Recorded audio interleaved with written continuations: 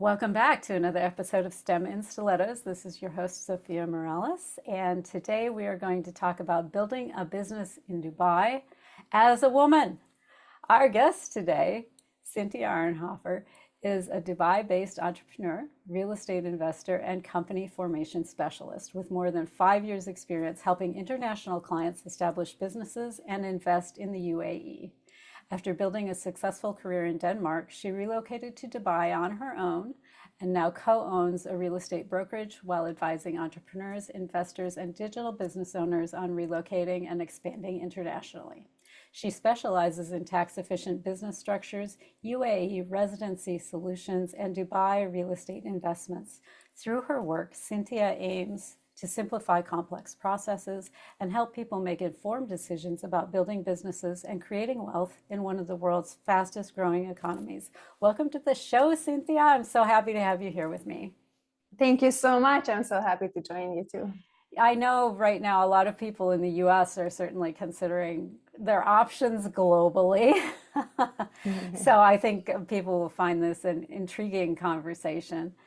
I know you grew up in Europe and eventually decided to move to Dubai alone. And based on the understanding of Middle Eastern culture that exists in the US, a lot of women would be like, seriously, you're going to move to a place where you have to cover up everything, and they think of women as possessions. Are you out of your mind? So tell us a little bit about what inspired you to go to Dubai and what is the actual reality of the situation. Yeah, okay. I mean, it's very interesting. It's really like that. I've been just the US for 3 weeks in Florida, and I told to a couple of people, yeah, I live in Dubai. Oh my God, but how do you live in Dubai? You need to cover yourself. Yeah, exactly. And I'm like, no, Do the in Dubai, guys take you seriously? What's happening here? Yeah. And I'm like, no, in Dubai we don't cover. I cover myself in Denmark because it's so cold there. And then, oh, and what are you doing? I'm like, a business owner. You are allowed to have your own business as a woman. I'm like, yeah, let's start of the beginning of the story. Yeah, let's start with the realities. Yeah. Yeah. So where did you start in Europe? I know you didn't start in Denmark, as I recall. Yeah, I'm Hungarian by origin, and not even from the capital city. We are from a small city, and I grew up in Hungary. And in 2008, we had this big economic crash through Europe. And I was thinking, okay, let's go to abroad. I'm just 21. Let's go. Let's Sure. see. Life is my oyster. Right? Oh my God, like everything is possible. You have no fear. And then I will just make some money. And then when Hungary recovers economically, then I can just move back home. That was the original idea. And then Hungary somehow didn't recover. The time didn't come. So like I could not go back home. It just became worse and worse. And then once you establish your life outside and then you restarted your whole life, you don't want to do it again. Yeah. So I was in Denmark for 13 years, but then the taxes hit. Oh yeah, the Danes have some substantial taxes. And they love their taxes and they are so proudly paying their taxes, and it's okay, but it's not my choice, Yeah. So you can make your choice to agree with it or not agree with it. And I decided it's not working out for me. I switched from 40% to 60% tax rate. Wow. Because I increased the number of hours I worked for a long period of time. So actually I felt penalized for working more. Well, how is this possible? You work more and you earn less. There's something wrong with this equation. Yeah. This is something wrong. It's so unfair. I feel so offended. And I made tax debts by working more. So I'm like, okay, this is not going to work out. And I got headhunted actually for a job here in Dubai. Mm-hmm. And I came here for 2 weeks in 2021 during COVID. And I came to this place and I'm like, okay, I'm never leaving again. I'm staying. So tell us what you saw in Dubai. I know it sounds strange I'm saying this, but I landed and it was so clean. That was my first impression. Oh my God, everything is just so clean and flashy and shiny, and all the cars are clean. And I go to the hotel and then it's the best service ever, and they're so nice, and the food is amazing the next day. And I went to the beach a little bit, and it's just like Even the beach bathroom, it seemed like Radisson hotel bathroom, you know. Wow. It's like, what's going on here? And I went to my job interview, and then the lady who offered me the job, she had to repeat it like 10 times about like, you know, we have no personal income tax. And so what? I could I've been experiencing 60% tax and you're telling me zero? Zero tax. Yeah. Because I was calculating, okay, so I make, I don't know, $5,000 and I can keep 4,000. Like, no, honey, you keep 5,000. I'm like, what? Yeah. So I'm like, then I'm moving. So I canceled my apartment back in Denmark. I gave my cat to my sister, packed my bags, and I moved here alone. And now a year I started solo and I have my own company now. I love that. I love that. So, in what ways is living in Dubai different from living in Europe, for example? For me, the safety comes first. Since I moved alone as a single lady, for me, it's very, very important that I can go out on the street any time of the day, anywhere, and I don't feel stressed. I feel like I'm safe, nothing is going to happen. So for me, that's the most important. I don't need to lock my car. I don't need to lock my door. If I go to the beach and I leave my phone on the blanket, I can keep my bag there. I can go take a walk. I can go swim and nothing gets stolen. So this was the first thing which triggered me really. And the other thing is this mindset of helping each other. Like everybody here is here for business. We don't move here for any other reason than tax-free business. And whoever I'm working with, they realize that I'm coming from different culture and they really try to help out, to adjust, or they give tricks and ideas how to approach things or how to handle things. And for me, it was more welcoming than in Europe. I think here I have an advantage of being a European woman, while in Denmark, I felt a little bit like, oh, you're just an outsider and then you're just, yeah. You don't really belong here, kind of sensation. Yeah, you're not Danish and you don't speak our language properly. And then, despite this being a European Union, I didn't feel this welcoming and I didn't really have Danish friends. I was hanging out with the foreigners. Yeah. Yeah. And that's not a comfortable way to feel at all. I agree with that for sure.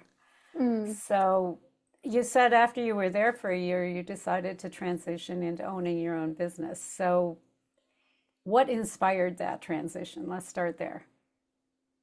Yeah, the first 4 years I was an employee, and then since a year I have my own. I mean, I had my ideas how I would like to run the company. I also was running into some financial troubles. Like when you are selling real estate, the company who employs you takes 60% of the commission and you take 40%. Right, yeah.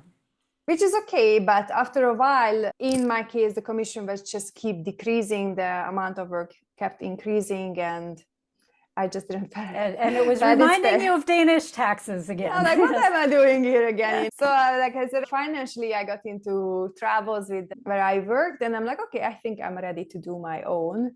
And everything I disagreed with the old system, I implemented a new system. So, for example, when I hire a broker, they keep 100% of the commission. I only take one fixed administration fee is $1,000. So if they earn $50,000, all the $50,000 is them. I only take $1,000 fee because I know how much work it takes for a broker to close the deal. It's incredible. Sometimes I followed up a client for 3 years. Yeah. And then she takes 60% of my commission. Of you having... For what? She doesn't even know the name of the client. So I give 100% commission for each of my broker, and we don't have office hours. If they want to come to the office, they can come to the office. We don't require a fixed amount of working hours because they are on 100% commission. They're going to work anyway. You know? And I don't need to micromanage them and control them. So therefore, we give this very flexibility. They work whenever they want, from whenever they want. They get support and they can just earn as much as they want. I like that. I like that. So I know a lot of times when people go from being an employee to a business owner, they're surprised by the additional things that come along with that they hadn't thought about around human resources and bookkeeping and taxes and that kind of stuff. I know as someone in real estate, you already deal with more of those hats. But what kind of surprised you when you went into business for yourself? Yeah, I mean, we outsource most of these things. Before I went to do my own company, I made an exact plan what I need to do. I did have surprises, mainly with dealing with brokers. Then I was on the other side of the story. But because I provide different kind of conditions, I was not running into so many surprises. When you hire people, they don't really want to work or you need to fire them. I don't have this kind of stress because only those brokers can work with me who want to earn. Yeah. So I don't know, mostly the surprise is not even coming from being a business owner. It's mainly working in a different work environment because the Middle East is a totally different working environment than Europe. Okay. And whatever worked in Europe for me as a woman, it does not work here in the Middle East. So tell me a little bit more about that. Give me an example of what worked in Europe and what does not work in the Middle East. Yeah. So in Europe, in Denmark, I was working for an American company, and then I had 25 people under me. And I had been one of the youngest, and then I was a woman executive. So I had to be really tough. I couldn't be nice. I couldn't show so much empathy. I was more demanding. I had to be loud. I had to be tough. I was not rude, but I had to be very strong, and not showing emotions. And I felt like I need to work 2-3 times more than any of the other guys to take me seriously. And to have some ethics presence. It took me longer. So I come here and I go to a Middle East company and I need to get some money out of them. They need to pay me because I sold an apartment for them and they don't pay. And I go and then I'm loud and I'm stuff and I'm like, I need to get this done now. And then everybody stands up and they leave. And I'm like, what's going on? What on earth? Yeah. She's like, why are you angry? Why are you angry? Because you haven't paid me. I'm not angry. I'm just, this is how we work. I'm just being firm, yeah. And I figured out if you're a woman, they don't like this approach, So somebody explained to me, why don't you go there and ask for their help? They are a man, you're a woman. And in Arabic culture, it's very, very important to support women and then take care of them and take the stress out from their table. And they would do anything to support women. Oh, like, really? That's a whole different approach. Let's try it out, right? Different approach. And let's try that out. Let's see if it works. And I go and I'm like, look, I really need this invoice to get done because I need to go home, visit my family, and I would like to take this trip. And it would really help me personally if you could get this done. No problem. Sit down here. I transfer the money. And the money was transferred to just like that. Ding, ding, ding, ding, ding. We found a new approach. And they did not require me to be effortful. I could just be myself because I'm originally a nice person. I don't like to be like this, I had to train to get tough. But originally I'm not. So I can be just myself and really ask for help. And then they help you out. That's beautiful. I love that. Mm-hmm. And I think that's one of the things that a lot of times when we go someplace else, we don't realize that we need to look at the tools and the ways that we approach things when you move into a new culture, because those cultural rules are different. Yeah. And I had to experience and go through this kind of surprises. And I think most of us, when we move into another culture, run into that sort of thing because it's like the water you swim in, right? It's always been this way. I've learned that this is how I survive and navigate the system. And then when it doesn't work in the next country, it's like, oh, well, let's see. I may have to look at my water. Yeah. So we are up on our first break already. Mm-hmm. And I think what I would like to do is invite you, dear listener, to look at the water that you're currently swimming in. Because a lot of times we can be unhappy or uncomfortable where we're at with things that we feel like cannot change, that, they may not change in the culture that you are in, but they might change if you moved into a different culture. So I would invite you to spend some time thinking about the things right now that frustrate you, that you feel like are unchangeable or immutable. Make a little list of those and hang with us. We'll be right back. Oh, shout it loud, the world here. Tech is ours and we show no fear. No fear. Feel no fear. No fear. Thanks for hanging in with us through the break. This is Zofia Morales, and I'm back with Cintia Arnhoffer. And I asked you over the break to spend some time thinking about the things in the place that you're currently living and working that are frustrating you, that you feel like you cannot change or that are unchangeable. Because oftentimes an examination like that will reveal that the place that you're currently living and working is maybe not the optimal place for you to be living and working. And then that leaves open, obviously, what is the place that you should be. But once you have the list of things that you're trying to get rid of or diminish or avoid, it helps to narrow down the places that you could potentially go. So that's, oh Lord. So that's why I asked you to do that little exercise.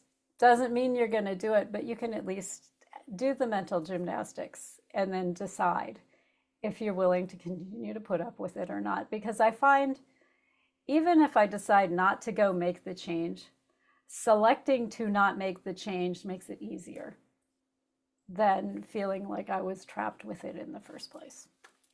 So you will do with that what you choose, fair listener, but I'm glad you took the time to examine it. So let's go back to Dubai for a moment.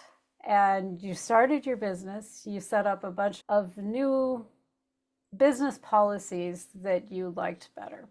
How has that been working for you? How's the business growth going? And has there been anything that you changed that then later you felt like you had to rethink? Yeah, we worked out a very different business model than any other brokerage companies, because usually the brokerage companies takes like 60-70% of the commission of the brokers. Yeah. We wanted to provide an environment where they can just work whenever they want, from wherever they want, and still keep 100% of the commission. But this is only one leg we are standing on, and I did not really want to deal with employees. I'm getting old. I don't want to sit in an office anymore running people. I'm done with this phase. So we figured out with the other owner that we would like to do more like B2B, which nobody really does. So if there is any other real estate brokerage company in the world would like to sell Dubai properties, they need to register with the developers. Right. But as soon as you register, you are not getting full commission because you are not in the UAE. So only UAE companies are getting full commission. Aha. So we were like, okay, so let's say you are in Miami and you would like to sell a Dubai property. The developer would provide 4% commission. But since you are a Miami brokerage, you only get 1.5%. Oh, yeah, so that's... And it makes a big difference. Yeah, sure. I mean... on like $500,000, you know, so we figured out that we're going to do contracts with outside brokerage companies. They can sell via us. We provide all the legal background and they get 100% commission too. We only deduct this $3,000 dirham, like $1,000 administration fee. And we provide all the marketing materials, and then we do the contracts for them with the developers. Nice. So this is the next phase we are launching. I'm more into that part than the local office. I'm just like, I don't want to. You've reached a certain point in your life where it's like, I don't need more headache. I want less headache.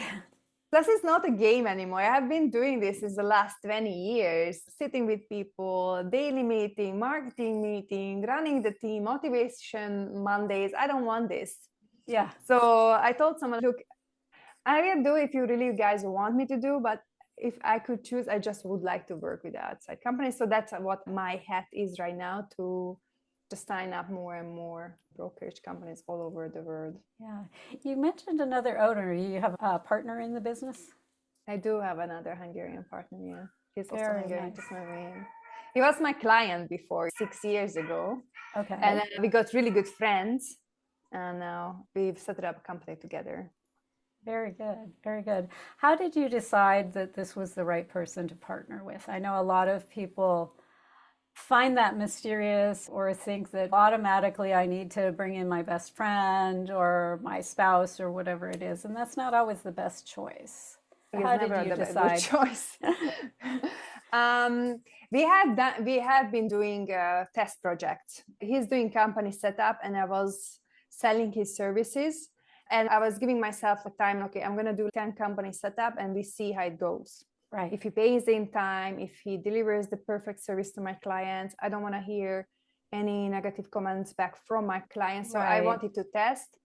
And from 10 out of 10, everything just went through very fast. He paid me always on time. He took the clients always on time. There was no delay, perfect service. So I was so satisfied and my clients were satisfied. And I'm like, okay, so this is going to be a proper partnership. Yeah, I like that. I like the test drive. I think that's yes. a really, really good idea, because a lot of times you can get along really well with someone, but then when business enters the picture, people get weird. When money comes on comes on the table, they get really freaky, and people that you thought of previously as generous become the opposite. Yeah, all kinds of weird things, greedy and other strange things. So yeah, I like the idea of doing kind of a test project together. I think that's fabulous. Yeah, thank you. So what is it, now that you've been in Dubai for a while, what is it that you love the most about living and working there? Is that you work really hard during the week. You can earn lots of money tax-free, but also you have a possibility to relax. Many people have to organize their whole year and set aside money and really control everything so they can land up here for 2 weeks for vacation, you know? Yeah. And I'm living here. So I can go to the Palm on the weekend. We have our favorite spots where we're going to go to swim, and then we go to the nice restaurant to eat, and then we just hang out a little bit in the city. And there's always something to do. There's always something to see. And I feel like when I have this Saturday off, I feel like I'm so recharged. I had like a mini vacation. So that's what I like here, that yeah, we do work very hard and business is very intense when in real estate. But when we decide to take time off, then it's just also very nice. So the rhythm of the working week over there, is it like everybody does business Monday through Friday and then nothing on the weekend? Monday Does to it Sunday. does it kind of sneak over into the weekend? Yeah, to be honest, the fixed working hours from the Ministry of Labor is 46 hours. So people work officially from Monday to Saturday. Okay. So employees, they work on Saturdays too. There are very few companies they give Saturday, Sunday. Since I was working for a European owned company, our Saturday, Sunday was off, but most of the guys, they are not. And when it comes to real estate or having your own company, to be honest, I'm always on my phone Saturday. Yeah, exactly. Business never ends. Yeah, it's kind of like you have to take time off, or you are sitting on Valentine's Day dinner and then you need to sign the sales purchase agreement as well. So yeah, so it can happen. Yeah. Yeah. Okay. So there are some things that it shares in common with other parts of the world. Yes. Okay. And what have been some of the biggest challenges or adjustments that you've had? First step, moving here, was incredibly difficult. I had many friends moving after me and everybody moved back home. At one point we were like 26 friends. One of my birthday, we were 26 of us. And next birthday I was alone. Nobody stayed. Wow. The first year is really hard because you arrive to a place where you have no local contact, right? No roots, no family. You don't have friends really. When you live at home, you surround yourself with the guys you went to kindergarten with. Oh, I went to school with him. He's in my gym since 10 years. He's my cousin, my grandma, you know. You have your circle, your contact base. Yeah. And you come here and then you have zero. I had 0 numbers in my phone, 0. So I had to rebuild everything, you know, connections. And you need to go, and then you cannot say no to any networking events. No, you need to go to every dinner, every business meeting. And it's exhausting. Yes. I can relate to that. I've moved across country in the US many times. And although the general culture doesn't change, there are regional differences. And then on top of it, as you're saying, There is no one you can just call and say, hey, can you watch the dog this weekend? Yeah, exactly. Yeah, totally. Hey, who do you recommend for fixing my car? Yeah. It And takes you need a to while figure to out build that everything back by up. myself. Yeah. And then the amount of money you spend for stupid decisions. Oh, Oh, yeah. if I would have known that. Exactly. Oh man, really? I could have got that for half the price. Dang it. If I would get back all this money sometimes. Oh my God. Well, yeah, there is a price for everything, and To there's an learn. adjustment period. Mm. So you mentioned that a lot of people followed you to Dubai, but they didn't hang in. Did you notice a trend in why they decided to leave? I was working in sales, and whoever was working in sales and they didn't get their first product in the first few months, they just give up. Yeah. I think you need to have about 6 months, even though if you're a really good salesperson, but if you are in a new environment and you're selling a new product, you need 6 months to get To established. really, get geared up. And some people, they don't have the patience, or people, they invalidate themselves. Oh, I'm not a good salesperson. This is not for me. Instead of just really trusting the process and going through. For me, was like, no way going back to Denmark. I was really struggling to get my first sale. You had burned the boats, is what I'm I hearing. did. I am like, no way back. And I had no other choice than to somehow just break through. And I knew as soon as I get my first client, I will get the rest. Yeah. Just the first. Just give me the first one. Yes. So it took me 6 months until the first came, and it was such a relief. And then after, it was just fine. Yeah, I like that you brought that up, because it's very easy to assume that things are just going to continue to click along as they have in the past. When you make a major transition like this, there is always a ramping up period where you're getting to know people, you're getting established in the culture. And so if you haven't prepared for that mentally and financially, that can be problematic.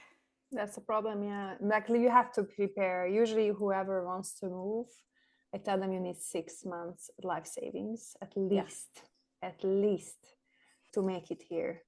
And then people, they don't have, or they think that they can make it faster, and then no. Yeah. You can't force relationship and trust, which is what sales is really built on. Yeah, exactly. Yeah, interesting. So what else have you noticed that's different, or major differences between living in Europe and living in Dubai?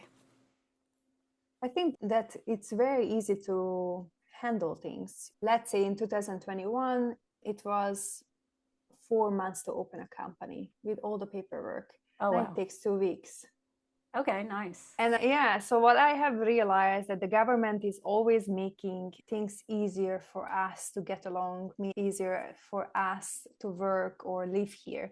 90% of the population are foreigners. So they really have to make the way that we all work together in peace, and then we all get along. And they just make all these administrative things very, very easy. This is the one thing I really like. And also that they listen. We have all kind of applications for the government. We have the police app, we have the municipality app. So whatever happens, you can text them, and then something will happen. Just very simple example. We have a beach, a kite beach. And at 7 p.m., the guards used to just whistle, and everybody had to get out of the water, and let's go. And then people started to complain, it's really hot. We would like to stay out for the whole night. And then we would like to go in a midnight swim or whatever, yeah. Yeah, so we want to have a solution. And they were like, okay, you want to have a solution? So we now triple the guards. We're going to put up this huge light, and then it's going to be open. Okay. And immediately they found a solution for us, so we can now do the things. I haven't seen this in Europe. It's closed, and then there is no discussion about it. And then you have nobody to talk to. How do I object to this decision? You can't. Yeah. Okay. So there's like things like this, which just makes our life easier. And I feel like it's also kinder. Just today, I have seen everything gets delivered on these little motorbikes. We have the delivery guys, and they deliver your water, your food, your laundry, whatever you want. Everything is on delivery. And it's really hot these days. Yeah. And we anyway have this habit that when a driver comes, you tip him and you give him water. But now they just build it on every corner, this rider's rest stops, which has AC and water. Oh, good. Yeah. So they can just take a rest there and then drink, and then they can enjoy the AC. And I have not seen this in Europe, that they really think about everybody. Yeah, because I know in the US, delivery people, God love them, a lot of the economy runs on what they do right now, but they are not treated especially well. Yeah. No. Yeah, exactly. Yeah. Okay. We are up on our second break. What do you suggest as a thought experiment for the listeners over this break based on your experience? What could My they think about? suggestion, Yeah. when you try, like you're thinking to move, I think as soon as you start thinking about it, then you should do it. And that should be your sign. The first time, if you really think about it, then you should do it. And my idea was, I don't want to be like my grandma sitting home and crying about the possibilities she has missed. She was like, oh, if I would have done this, if I would have go, if I would have, and I'm like, I'm not going to do this, be this person. So I go, I try, I might fail, then at least I have a story to tell to my grandkids. Yes, I exactly. went in and I fucked it up and I had to go home, but at least I tried. So my suggestion always with anyone is to go and try, because you have nothing to lose. Worst case, you're just back to exactly the same spot. Yeah, exactly. And I think a lot of times we have a tendency to think we're losing everything. And really, the best things in life you can't truly lose. No, yeah, sure, of course. And the rest of it's replaceable. The stuff and the money and all the things is replaceable. So, yeah, I'm with you. So, yeah, spend a little time thinking about places that are intriguing to you. And hang with us. We'll be right back from the break. Oh, check it out, the world here. Tech is ours and we show no fear. No fear. No fear. No fear. Thanks for hanging in with us through the break. This is Zofia Morales. I'm back with the amazing and wonderful Cynthia Arnhoffer. And over the break, we asked you to spend a little time on places you might could go that are intriguing to you, because there's usually a reason it's intriguing to you. So keep that list around, rub it up against the other list and see if it's going to solve some of the systemic, unchangeable problems. And begin thinking and wrapping your mind around the possibility. Is it really something? Because a lot of times we look at these things on their face and go, oh, I could never do that. But when you start really kicking it around, you oftentimes discover that it's more doable than you realize. So I would invite you to spend a little time on that exercise. Back to Dubai. So talk to us a little bit about what you've noticed are some of the stereotypes or the misconceptions that people have about the UAE specifically. Yeah, the first is always, if you're a woman, you have to cover yourself, which is not really true in the United Arab Emirates or not in Dubai. We do have some Arabic countries that you have to cover, but this is a different Arabic country. So not every country is the same. We don't have a dress code. We dress really how we would like to dress. I just used to say that since we came here and it's their culture, we should be respectful for their culture. And I never wear something revealing and no shorts, because it's just, I feel like it's inappropriate here in an Islamic country. If I want to wear my shorts, I go home and you wear your shorts there, yes. Yeah, because that's normal. But here it's not. So why we don't have a dress code, I'm also not like revealing clothes. Also, I think it's very unprofessional. So that's the first. Also, this women line has to, how are men are very suppressive with women. I actually heard and experienced the opposite. When you are opening your own company as a woman, you get discount from the government, ladies discount. Yes, nice. Of course. And then when I go for my visa renewal, I had 200 people in front of me on a line, but I get faster because I'm a woman, so I don't need to stand online with men. Oh, well, sweet. Yeah, so wherever I go, I get discounts, fast tracks. We have ladies' night. If you go to a beach club, you don't have to pay entrance fee, but the men have to pay. Or there's always something encouraging women and helping them. Also in an Arabic culture, if you're a woman, you can stay home. But if you decide to go to work, you don't need to give your money to your husband. He is a provider and you keep all your money. Okay. Yeah, I'm down with that. Yeah. Yeah, so they always say that women are princesses and they have to be treated as princesses, and men should take care of their women. And that's what you see really around. And it's so funny how the European media, just like, or the Western media, like completely falsified it and says the opposite. I see it's very nice how they're very family oriented. They're very, very kind. I think what happens in the Western media is they go Middle East countries, Arabic, Muslim, Equally, all yeah. the same, and that's way too broad a brush to be painting over there, because everybody's a terrorist. Yeah, the experience of, being in Palestine versus being in Iran versus being in Egypt, these are all different countries. Absolutely. They all have different cultures and different norms, and while there are perhaps some similarities and crossovers, they're not identical. Yeah. Yes, and we have no idea in the Western world about them. I never learned anything about the Middle East in school. They learn about us. They learn the countries in Europe. They learn about the different languages. They learn about history. I have never seen a map about the Middle East until Google came about.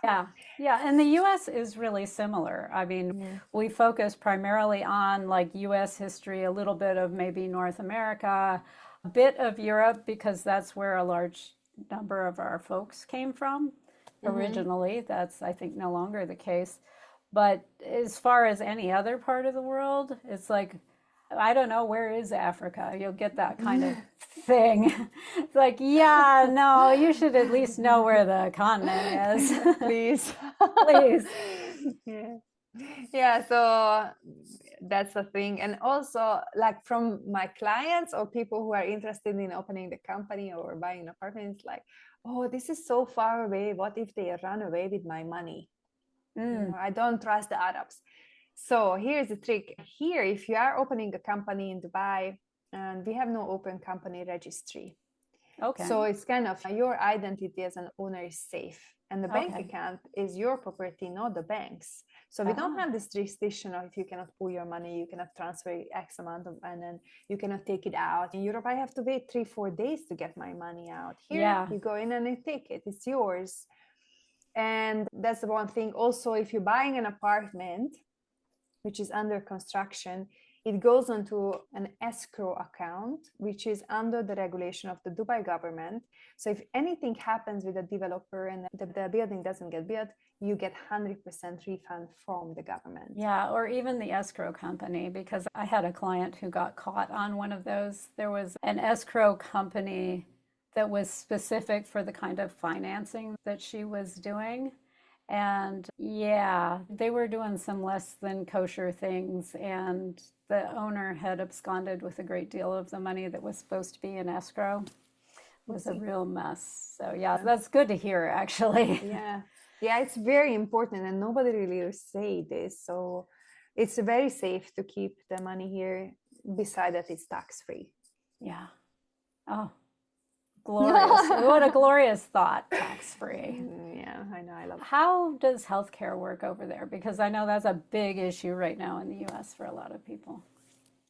Yeah, since we don't pay taxes, we pay for insurance. My insurance is about $1,500 per year, and it includes pregnancy, 70% of dental care. So it includes quite a lot of things. And we have world class, like first class amenities everywhere. I had to go to the dentist and they put the headphones on me, and I was lying down, I was watching Friends. On the TV, on the ceiling, yes. But the funny, like the most shocking part is I had to get an operation, and the doctor who did the operation, he called the next day on my mobile. It's like, oh, I'm just checking it. Did you take your antibiotics? And I'm like, what's going on? You know? Yeah, nobody ever follows up like that. What does this guy want? And the next day text me, don't forget your antibiotics. If you have any side effects, please text me, then we can find something else. And then you need to take this and these supplements. And then he calls me 2 weeks later. And then somehow this care is like incredible here. I only had good experiences. Also in hospitals, we have only rooms with one bed only. Mm-hmm. So you don't have all these patients. In Hungary, we are like 16 people in one Oh room. God, yeah. In the US, they'll pack 3 or 4 people into a room that should be for one. Yeah, and it's like Yeah. everybody's together, and then no paper towels, and then no clean bed sheets. And then here you have everything. When you have your bathroom, one person. They also think when you are sick, your family comes, sits with you, and they pray for you. They read the Quran for the Yeah. person who is sick, because they think that it's easier to recover if you're spiritually well. As okay, it's their belief. I believe it Yeah. too. But it's just really nice that they give this space and it's Do those amazing. things. Yeah. Yeah. Yeah. So you mentioned that it's insurance. Are they able to deny you the insurance? That happens a lot in the US, or did before Obamacare happened. And I know happens still when you try to get international insurance. No, we do have international insurance and we have the local ones. I had a friend who had a heart attack and then he was covered up fully. I don't think he had a really big problem to cover. Yeah. Okay, excellent. Yeah. That's important to understand. I love It's that. very important. Yeah. So tell me a little bit about how somebody could learn more about your business if they wanted to connect with you or to maybe participate in selling real estate in Dubai. Yeah. I have the website arnhofer.com, which is my name. I also have email address, WhatsApp number. I'm on Facebook, Instagram, TikTok, YouTube, LinkedIn. I'm everywhere on all Yeah, social well, media and we'll sites. put all of that good stuff in the show notes. So if that just kind click of, on anything. yeah, if that went by you, just check the show notes. Yeah, because my name is horrible to pronounce, but yeah, so I'm on every social media platform. I usually answer very fast and I give free consultation to anyone who just would like to know more information, because I believe you need to prepare for such decisions and it's good to get information beforehand, not when Yeah. you're close to it. So Exactly. then you Well, you can still plan for unexpected. exactly why you can still plan. So that's what I do. So you just book consultation is half an hour and then I can just answer all the questions. I love that. I love that. So, looking back on your journey from various points in Europe through Dubai, from an employee to a business owner, what would you say is your big takeaway from all that? What are your words of wisdom? Commit first and figure out later. Right after plan for moving forward. I love it. Yeah, first you make the decision, I'm going to do it. I don't know how, but I'm going to do it. And then you stay and then you just persist and then you make it. But first you need to commit, I'm going to do this. Yeah, I like that. I like that because it makes a difference when you burn the boats. Yeah. If you leave that avenue for retreat open, it makes it easy to quit right before you're about to succeed. Yeah. Okay, so I do thank you so much for sharing your time with us today. You've been very generous. Thank you so much. It was very nice to be here. And thank you, dear listener, for tuning in and investing the last 48 minutes with us. I know that that's a choice you have to make and time you have to carve out to be able to participate like this. And I want it to be the most fruitful conversation for you. So I would love to hear from you about your reaction to the show, other topics or guests you'd like to see me bring forward. I do this show for you, and so I want to make it perfectly tailored to what you need. You can do that by, if you're on YouTube, dropping a comment below the video, or you can shoot me an email to Zofia, Zofia, at steminstilettos.com. And until next week, go out, be bold, be beautiful, and be authentically you.